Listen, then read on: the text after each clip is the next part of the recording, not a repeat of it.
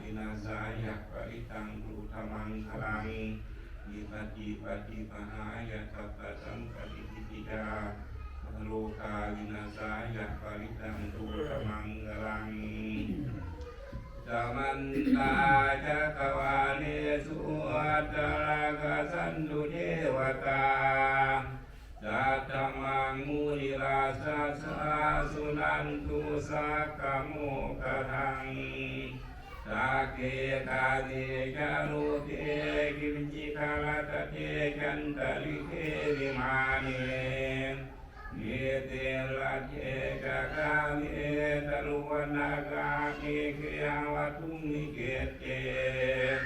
ภูมิจยันตุเทวาสนาทลวิสเมยกกันนาปนาคา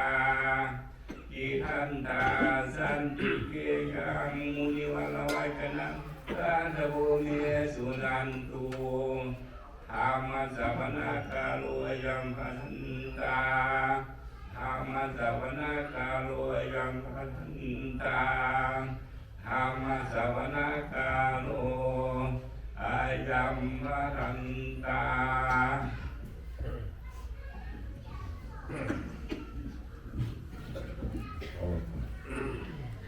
อันดามยังมุทัสสะภะคะวะโตปุปภาคณมะการังกโรมาเสนะโมตัสสะภะคะวะโตอะระหะโตสัมมาสัมพุทธัสสะนะโมตัสสะภะคะวะโตอะระหะโตสัมมาสัมพุทธัสสะนะโมตัสสะภะคะวะโตอะระหะโตสัมมาสัมพุทธัสสะบุตทังอายุวัฒนังชีวิตังยาวานิพพานังสรณังกัจฉามิธัมมังอายุวัฒนังชีวิตังยาวานิพพานังสรณังกัจฉามิ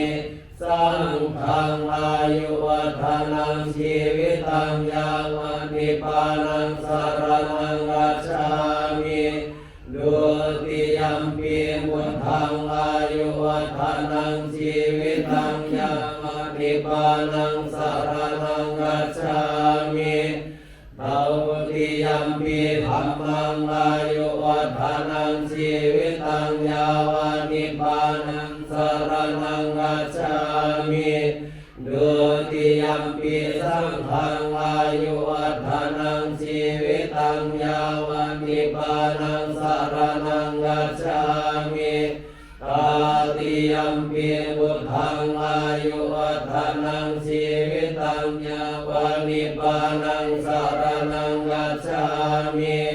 ตาติยัมปิสังฆังอายุวัฒนังชีวิตังยาวานิพพานังสรณังกัจฉา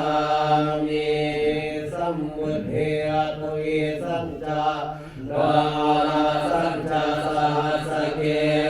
ปัญจสตาสหัสสานินามามิสิรสาหังเตสังธัมมัญจะสังฆัญจะอาระเวนะนามามิหังนามการานุภาเวนะหันตวาสเวอุปัตเวอาเนกาอันตรายาปิเวนัสสันตุอาเสสโตสัมมุทเทปัญจปัญญาสัญจาจตุวิสติสหัสเกดาสสตาสหัสสานินามามิสิรสาหังเตสังธัมมัญจะสังฆัญจะอาลาเรนะนามามิหังนามการานุภาเวนะหันตวาสเวอุปัตเวอาเนกาอันตรายาปิเวนัสสันตุอาเสสโตสัมมุทเทนะอุตรสเตอาตาจตาวิสัสสะเกวิ สัตตาสหัสสามินามามิสิรสาหังเตสังธัมมังจะสังฆัญจะอาลาเวนะนามามิหังนามารานุภาเวนะอันตวาสเวอุปัตเวอาเนกาอันตรายาปินินัสสันโตอาเสสาโตนะโมอะระหะโตสัมมาสัมพุทธัสสะมะเหสิโนนะโมพุทธะธัมมัสสะสวากขาตะเสวะเกริหะนะโมมหาสังฆัสสะปิวิสุทธัสสิลาวิทิโนนะโมโอมัคคยารัตถัสสะรัตนะคยาสัสสะทุกังนะโมโอมาปะติตัสสะตัสสะวัตถุตยัสสะปินะโมกาลาปะภาเวนะวิกัสสันตุปัตตวานะโมกาลานุภาเวนะสุวัตถิโหตุสัพพะดานะโมกาลาชเตเสนะวิธิเมโหมิเตชะวาเสวานาจะบาลานังปันนิตานังจะเสวนาปุชะจะปุชนิยานังเอตัมมังกลมุตตมังปาติรูปะเตสวะโสจะปุเรจะกตาบุญญาตาอาตาสัมมาปริทิจะเอตัมมังกลมุตตมังปามุสัจจังจะสิปัญจวินัยโยจะสุสิกิโตสุภาสิตาจยาวาจาเอตัมมังกลมุตตมังมาตาปิโตอุปัฏฐานังปุตตารัสสะสังฆโฆอานาคุลาจะกัมมันตาเอตัมมังกลมุตตมังดานันจะธรรมจริยาจะยะตกานันจะสังฆโฆอานาวัจจาริกัมมานิเอตัมมังกลมุตตมังอาระติวิรติปาปามัจจปานาจะสัญญโมอาปะมาโลจะธัมเมสุเอตัมมังกลมุตตมังดาระโอจาริวาโตจะสันตุทิจะกตัญญูตากาเวนะธรรมสสวานังเอตัมมังกลมุตตมังขันติจะโสวะจะสัตตาสัมมานานันจะสนังกาเวนะธรรมสกัจฉาเอตัมมังกลมุตตมังตาโกจะพระมจริยัญจะอริยสัจจานัสสนังนิรานาสัจจิกิริยาจะเอตัมมังกลมุตตมังพุทธัสสะโลกธัมเมหิจิตตังยัสสะนะกัมปติอาโสกังวิรชันเขมังเอตัมมังกลมุตตมังเอตาริสามิกัตวานะสัพพะธรรมปราชิตาสัมปัทธาโสทิงกัจฉันติ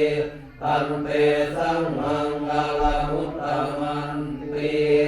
ยังกินจิวิตังนิภวานุรันวา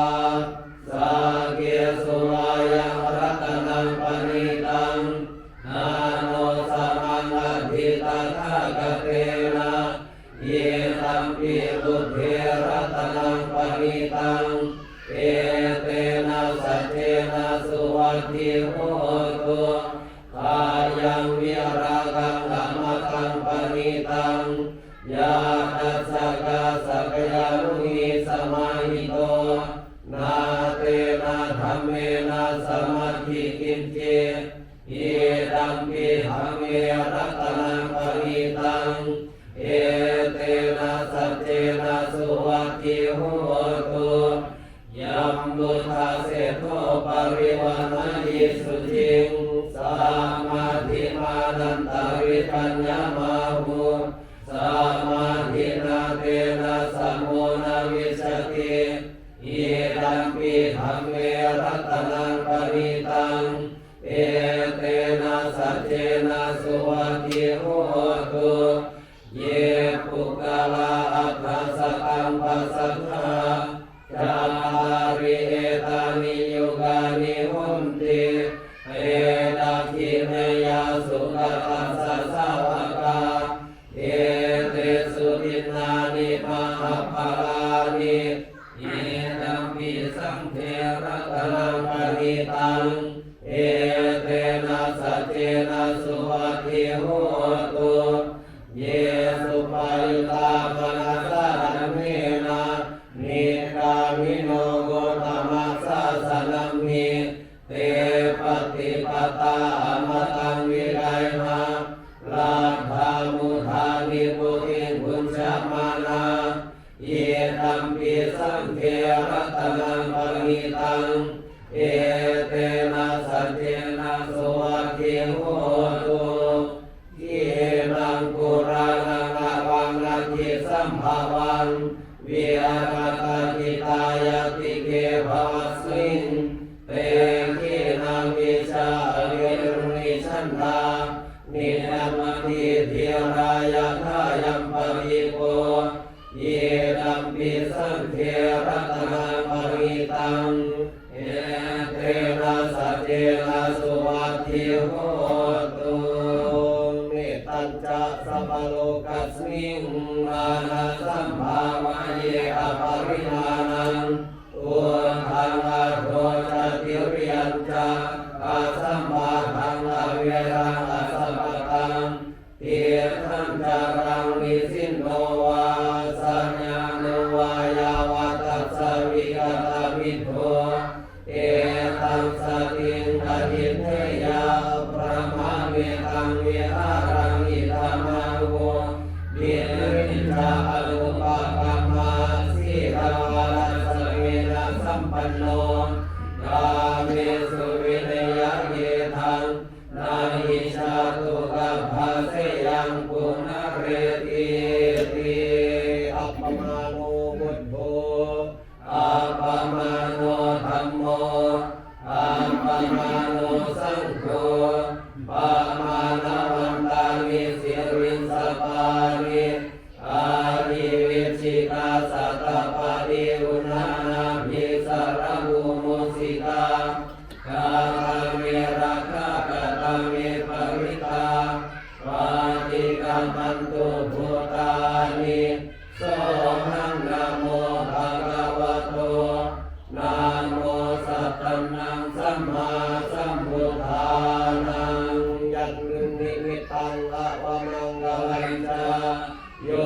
จามนาโกสัพพุนัสสะสัตโตอาปะกะโมสุปิระละกันตัง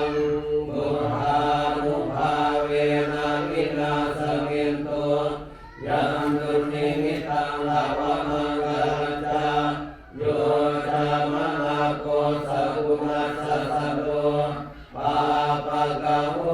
สุปิระละกันตังธัมมานุภาเวนะวินาสเมนโตยันตุนิมิตังอะวะมังกลัยจาโยจามนาโกสัพพุนัสสะสัตโตปาปะกะโมสุปิระละกันตังสัมภานุภาเวนะวินาสเมนโตอัตถิโลเกศิลากุโน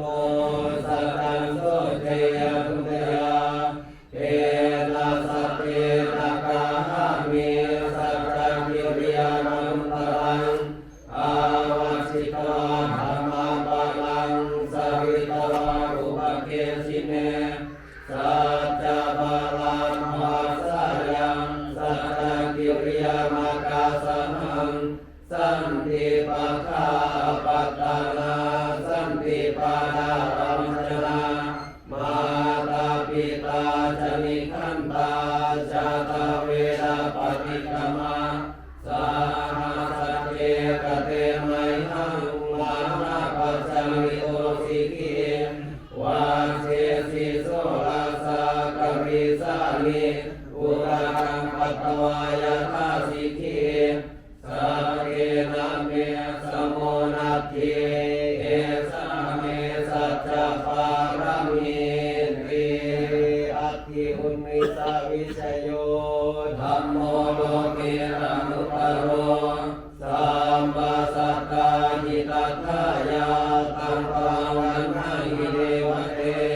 ปาริวัชเชราชาตันเตอานุเสหิภาวะเกยะเทนะเกวิเศหุเตอากาลมัตตินวะสัพพสมะมรณะมุตโตทัพเพตวากาลมาทิตังตาเสราอานุภาเวนะโหตุเอโวสุขิสดาสุทาสีลังสมาดายะธัมมังสุจริตังเจเรตาเสราอานุภาเวนะโหตุเอโวสุขิสดาลิขิตังกินติตังกุชังทารนังวาจานังกรุงปาเรสังเดสนังสุตวังตัสสะอายุปวัฏฐากิติสักกัตถวาพุทธะรัตนังโอสังฆังพุทธมังวรังอิทังเทวามนุสสานังบุทธะเกเสนะโสทินานาสันตุปันตวาสัมเภลุกขาภูปัสสเมนตุเตสัพพะวะธัมมารัตนังโอสังฆังพุทธมังวรังปาริตาหุปัสสะมานังธัมมาเกเสนะโสทินานาสันตุปันตวาสัมเภพายาหุปัสสะเมนตุเตสัพพะวะสัมภะรัตนังโอสังฆังพุทธมังวรังอาหุเนยังปาหุเนยังสังฆเตเสนะโสทินานาสันตุปันตวาสัมเภโรกาหุปัสสะเมนตุเตโกจังโลสติสังฆาโตธัมมานังวิจโยตัสสะวิริยัมปิปิปัสสัทธิโวชังลาจตถาปะเรสัมมาตุเปกโมจังกาสัพเพเตสัมปราสินาโมนินาสัมมาตาตาภาวิตาปังวิกตา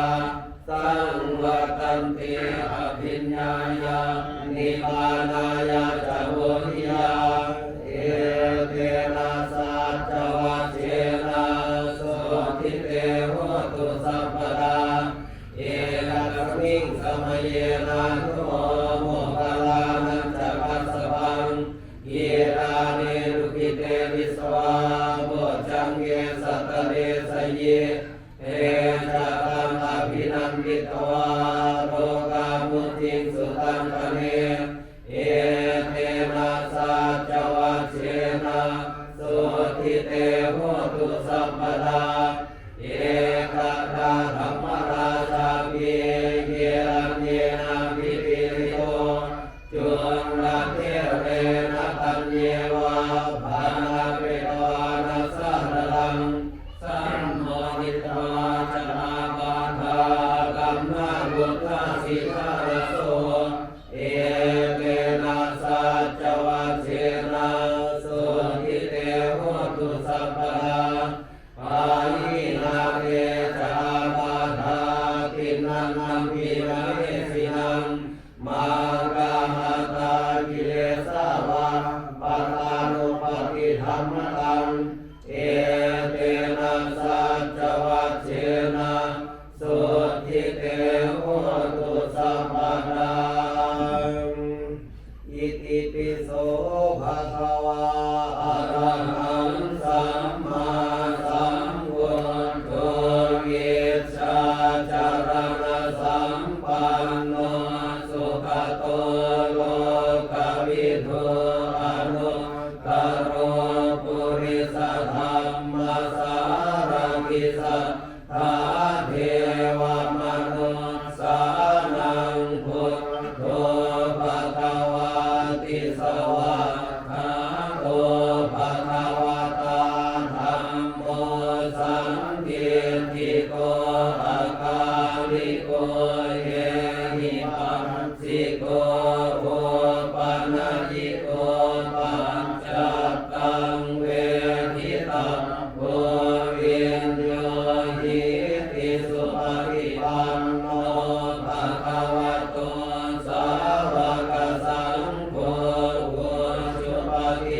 นโน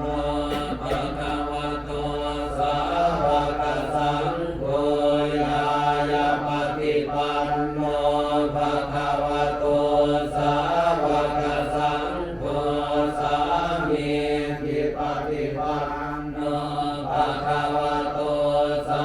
วกสังโฆญาณิทังจัตตาริปุริสายุคานิอัตถปุริสปุปปาราเยสัพพะคะวะโตสาวกสังโฆอาหุเนโยปาหุเนโยทักขิเนโยอัญชลิอรหิโย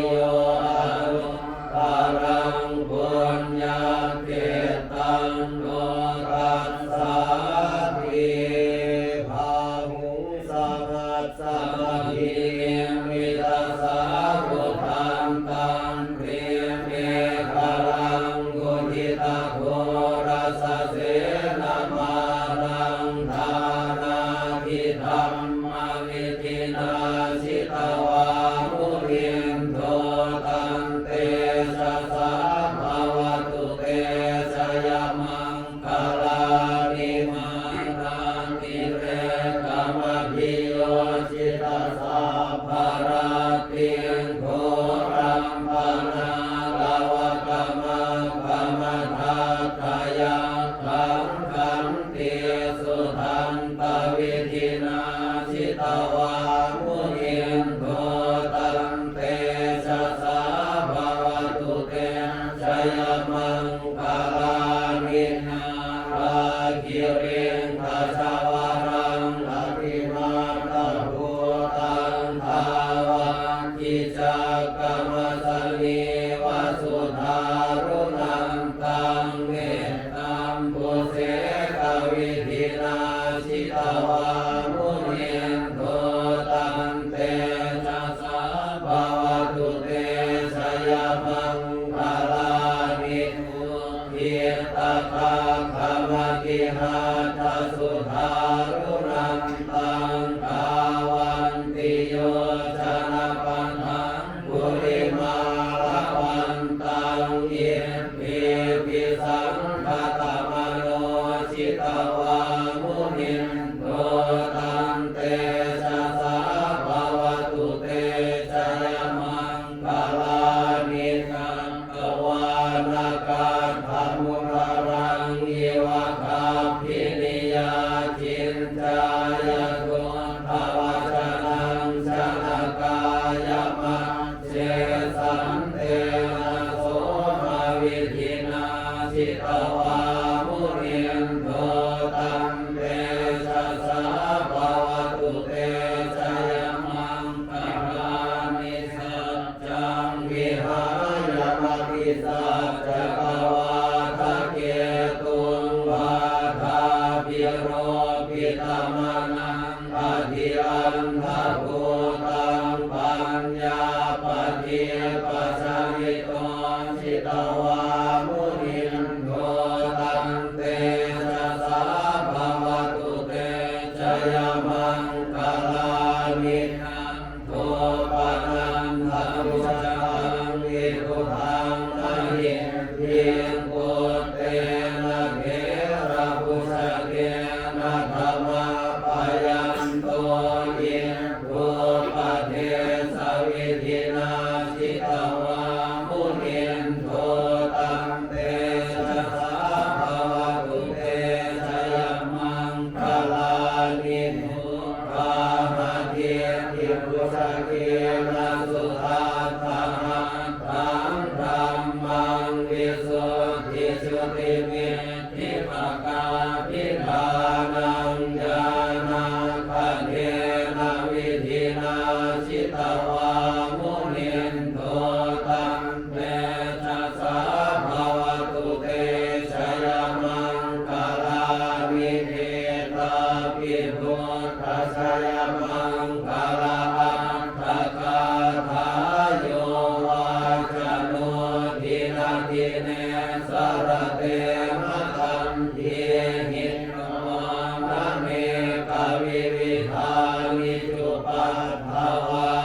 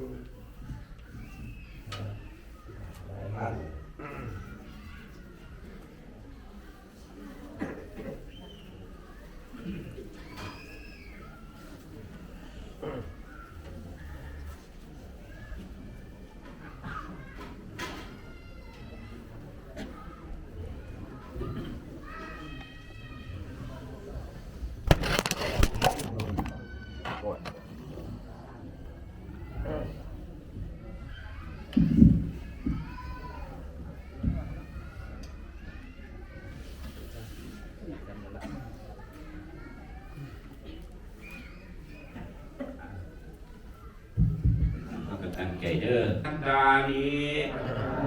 สัพปริวารานิภิกขุสังฆัสสะโอโนชยามะสาธุโนพันเตภิกขุสังโฆอิมานิทัตตานิสัพปริวารานิปฏิคันหาตุอัมหากังทิคารตังอิตายะสุขายะข้าแต่พระสงฆ์ผู้เจริญข้าพระเจ้าทั้งหลายขอน้อมถวายซึ่งภัตตาหารกับทั้งบริวารทั้งหลายเหล่านี้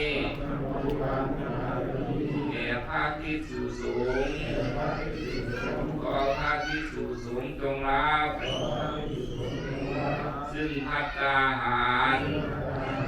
กับทั้งบริวารทั้งหลายเหล่านี้ของข้าพระเจ้าทั้งหลายเพื่อประโยชน์และความสุขแก่ข้าพระเจ้าทั้งหลายอิทังเนทานังมาตาปิตุอาทินังญาตกานังสังวัตตตุไอหังมาตาปิตาทโยญาตกาอิมัสสะอานัสสะปัตติงนาพันตุมาเจตัสสะอันว่าผลทานของข้าพระเจ้านี้จงเป็นไปเพื่อญาติทั้งหลายมีบิดามารดาบุตรภรรยาสามีเพื่อนร่วมสุขร่วมทุกข์เจ้ากรรมนายเวรและสรรพสัตว์ทั้งหลายที่ละโลกนี้ไปแล้วขอจงได้รับซึ่งส่วนแห่งบุญนี้ถ้าตกทุกข์ขอให้พ้นจากทุกข์ถ้ามีความสุข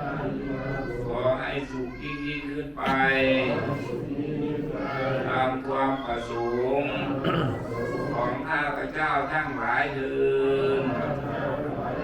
สาธุพอมาเก็นกูเก็นตลาดหลัง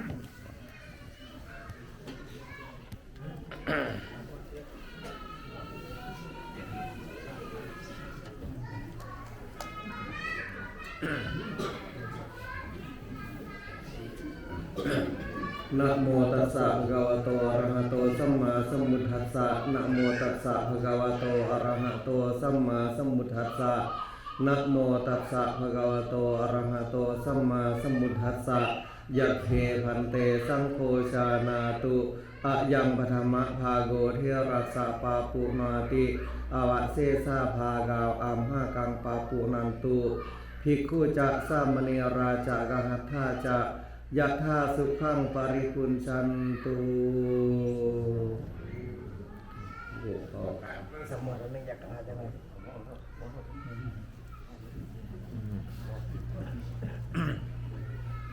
เตรียมตัวรับวันแล้วกันนะเงินวันบุญประจำปีโรงเรียนได้ตกลงกันไว้แล้วกับพี่น้อง3 บ้านเท่านี้นะที่มีลูกหลานมากเขาโรงเรียนใส่บริการอยู่นี่ ผู้มาใส่บริการกับผู้ให้บริการมันนั่นกันให้มันพอดีกันมันสามัคคีกันต่างคนนะคันบ่สันสิยากเด้คันบ่สามัคคีกันบ่ได้คุยกันบ่ได้เข้าใจกันแล้วมันอยู่ไผอยู่มันกับเป็นทาปานใดลูกหลานเฮาก็มารับความรู้รับการศึกษาผู้มือมันหลายเด้มันหลายความคิดหลายทัศนคติหลายยังเขาก็เบิ่งดีๆซะก่อน คือยังการเมืองเขาเจ้าล่ะผู้ลางคนบางนโยบายก็ออกมาไม่นี่บ่ให้เคารพธงชาติบ่ให้ไหว้พระสวดมนต์บ่มีวิชาลูกเสือบ่มีหยังก็เกินไปนั่นก็ได้คนบ่มีความรู้บ่มีความได้รับการฝึกอบรมมาก่อนก็เลยมีแนวคิดไปแบบนั้นไปเรียนแต่ต่างประเทศไปเรียนแต่หม่องอื่นมันไปเฮาพ่อแม่พาเฮ็ดบ้านนี้สังคมเฮาก็มีพระพุทธศาสนาเป็นผู้นำเด้ตั้งแต่เกิดฮอดตายพุ่นล่ะเฮาก็เลยนั่นลูกหลานเฮาแบบเดียวกันก็ต้องยึดถือไว้บางอย่างมันสิแตกต่างจากสัตว์อยู่หม่องนี้ล่ะอยู่วัฒนธรรมอยู่ความรู้แล้วรักการปฏิบัติเนี่ยจักหน่อยมันก็สิบ่ให้รู้จักพ่อแม่เพิ่นแล้วคำสอนเขาเจ้ามันหลายเด้คือจังพระคือกันพระสอนคนสัทธรรมปฏิรูปหลายผู้มื้อนี้บ่คือเก่าเด้แต่เก่านั่นคันบ่แม่นนั่นอีหลีบ่มีความรู้ความสามารถอีหลีเพิ่นก็บ่กล้าสอนผู้มื้อนี้เอาล้วนแล้วมีอ่านเป็นแน่ปฏิบัตินั่นแน่ก็นั่นก็มีผู้ตามมันก็มีอยู่สิละโลกมันก็มีผู้โง่ผู้ฉลาดผู้โง่มีนั่นเพิ่นบ่นั่นดอกคือกันเฮาสมาทานศีลไปเพิ่นบ่ได้ห้ามเด้เพิ่นบ่ได้ห้ามบ่ได้เจ้าเพิ่นให้เว้นเวรมณีแปลว่าเว้นเพิ่นบ่ให้ห้ามเพราะว่ามีครูกับลูกอยู่แล้วเพิ่นก็เลยบ่ห้ามบ่ได้ว่าทำไมห้ามไฟห้ามลมห้ามอันหมู่นี่มันมีมาอยู่ครูกับลูกเพิ่นก็เลยให้เฮาเว้นถ้าผู้มีฉลาดมีปัญญาสำหรับชาวพุทธเฮาเป็นคนมีปัญญาเด้เป็นคนมีเหตุมีผลมีความรู้ว่าซั่นเพิ่นก็เลยว่าว่าชาวพุทธว่าฉะนั้นเพิ่นก็เลยให้นั่นโรงเรียนเฮาเอาลูกหลานนี่ล่ะซุ่มเขาสิมาแทนเฮาก็บ่โดนเด้ผู้เฒ่าผู้แก่พ่อแม่นี่40 50 60ไปแล้ว100ปีเพิ่นกำหนดไว้แต่เพิ่นจะได้ฮอดเด้เพราะฉะนั้นซุ่มใหม่นี่แล้วมันสิเป็นกำลังต่อไปเป็นกำลังเป็นนั่นของประเทศชาติของบ้านเมืองของสังคมล่ะอย่างน้อยๆก็สังคมล่ะท่านรู้จักความมีความเคารพพ่อแม่ครูบาอาจารย์เคารพในศีลในธรรมมันก็บ่ไปทำความบ่ดีผู้มื้อนี้มันครอบมันบ่เคารพนี่แหละเว้าบ่ฟังความหลายอย่างหลายแนวหลายปัญหามุนเข้ามาก็เลยต้องแก้ซอยกันฉะนั้นโรงเรียนเป็นหม่องนึงเด้หม่องนึงต่อจากพ่อแม่นี่ก็พ่อแม่นี่มีเวลานำลูกหลายเด้แต่อยู่โรงเรียนแท้ๆนั้นบ่เกิน5-6 ชั่วโมงเด้สิไปโทษครูก็บ่ได้ต้องโทษครูเฮา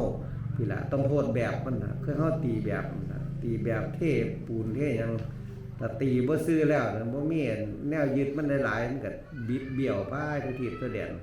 ถ้าตีแบบซื่อๆแล้วมันก็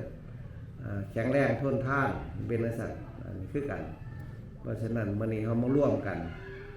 ครูบาอาจารย์ผู้ก็มาสวดมนต์ให้เจริญพุทธมนต์ให้เป็นสิริมงคลมีความสุขความเจริญมีหน่อยกล่าวมาสมหน่อยคือจังเฮาเอาข้าวเอาน้ำเอาหยังนี่ล่ะมาอยู่วัดบ่ได้พาเฮ็ดบุญประทายข้าวเปลือกเอามาเฮ็ดอยู่โรงเรียนเฮาก็บ่ได้มีหยังแล้วอยู่ทางวัดก็ได้บ่ได้มีความจำเป็นอย่างอื่นแล้วก็เลยบ่อันนั้นก็เลยมาร่วมกิจกรรมกันนี่ทั้ง2วัดทั้ง2บ้าน3บ้านเอามาที่ลูกหลานมาใช้บริการฮอดบ้านป้าลักน้ำโตแม่นนั่นล่ะมันเป็นจังได๋คู่มื้อนี้น้อยลงบ่ว่าอยู่ไสคนมันยากเด้เกิดเป็นคนมามันยากเพิ่นก็เลยสิไปโทษเขาเจ้าก็บ่ได้คนหนุ่มคนสาวเขาเจ้าก็ได้ออกมาผู้นึงนี่โอ้มีปัญหาเลยปัญหาในการเลี้ยงดูปัญหาในการหยังทุกสิ่งทุกอย่างมันก็เลยเป็นสังคมหน่อยเด้คู่มื้อบ่ว่าประเทศใดโรงเรียนแต่ละโรงเรียนคือกันในกรุงเทพในไสก็ตามสิน้อยลงเบิดจักหน่อยนี่ประชากรคนไทยก็สิได้นำเขาแรงงานต่างชาติแล้วคืออย่างประเทศอื่นๆเขาเจ้าประเทศสิงคโปร์เขาเจ้าก็นั่นเด้เด็กน้อยนี่ก็ผู้ใดเกิดพ่อแม่แต่งงานเขาให้แต่ในท้องแล้วมันเป็นจังซั่นความแตกต่างกัน10 กว่าปีขึ้นไปนี่ล่ะตั้งแต่เฮารุ่นแต่เฮาพุ่นยุคมันคนละยุคเด้โรงเรียนก็ต้องสร้างหลังใหญ่แต่ละห้องเลย30 40คู่มื้อนี่บ่แล้ว ไปหาเบิ่งแล้วอยู่ประเทศนอกก็จำนวนก็ลดลงอยู่แต่ว่าก็ยังถือว่าหลายกว่าบ้านเฮาแต่ละสั่นละสั่นเป็นละสั่นนี่ล่ะสิเป็นกำลังต่อไปเฮาก็สิล่วงโรยไปตามไว้ตามกาลตามเวลาคือสั่นเอาเพราะฉะนั้นมื้อนี้มาทำบุญครูบาอาจารย์ก็เจริญพุทธมนต์ให้แล้วเฮามีบุญแล้วศีลก็รับแล้วของทานก็มีแล้วลูกหลานก็พร้อมอีหยังทุกสิ่งทุกอย่างก็ขออนุโมทนาต่อไปก็รับพรภาษาบาลีเหมือนเดิม ยะถาวาริวหาปุราปริปุเรนติสาคารังเอวะเมวะอิโตทินังเปตานังอุปกัปปติอิชิตังปฏิตังตุมหังคิปะเมวะสมิสตุสัพเพปุเรนตุสังกปาจันโทปนาราโสยะถามณิโชติราโสยะถาติโยวิวัชชันตุสัพพะโรโควินัสสตุมาเตภวัตวันตรายโยสุขีทีขายุโกภวะอภิวาทนาสิริสนิจจังวุฒาปัจจายโนจัตตารโอธรรมาวัฏันติอายุวันโนสุขังภาลังสุอัฏฐลัตโทสุขิโตวิรุณโนพุทธาสาสะเนอโรโคสุขิโตโหหิสหัสสะเพหิยาติภิสาทาทาสุขิตาวิรุณหาพุทธาสาสะเนอโรคาสุขิตาโหหิสหัสสะเพหิยาติภิเตอัฏฐลัตถาสุขิตาวิรุณหาพุทธาสาสะเนอโรคาสุขิตาโหทาสังหัสสะเพหิยาติภิอายุวัฏโกธนวัฏโกสิริวัฏโกยสวัฏโกภะละวัฏโกวันนาวัฏโกสุขวัฏโกโหตุสัพพะทาทุกข